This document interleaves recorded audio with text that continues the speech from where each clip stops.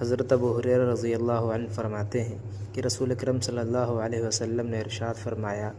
اللہ تعالیٰ حاجی کی بھی مغفرت فرما دیتے ہیں اور اس شخص کی بھی جس کے لیے حاجی استغفار کرے، یعنی اللہ تعالیٰ حاجی کی بھی مغفرت فرما دیں گے اور حاجی جس کے لیے دعا کرے اللہ تعالیٰ اس کی بھی مغفرت فرما دیتے ہیں۔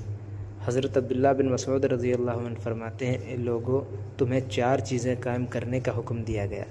4 چیزیں قائم کرنے کا تمہیں حکم دیا گیا، وہ 4 چیزیں یہ ہیں: نماز قائم کرنا، زکوٰۃ ادا کرنا، حج ادا کرنا اور بیت اللہ شریف کا عمرہ کرنا۔ یاد رکھو، حج اکبر ہے اور عمرہ حج اصغر ہے۔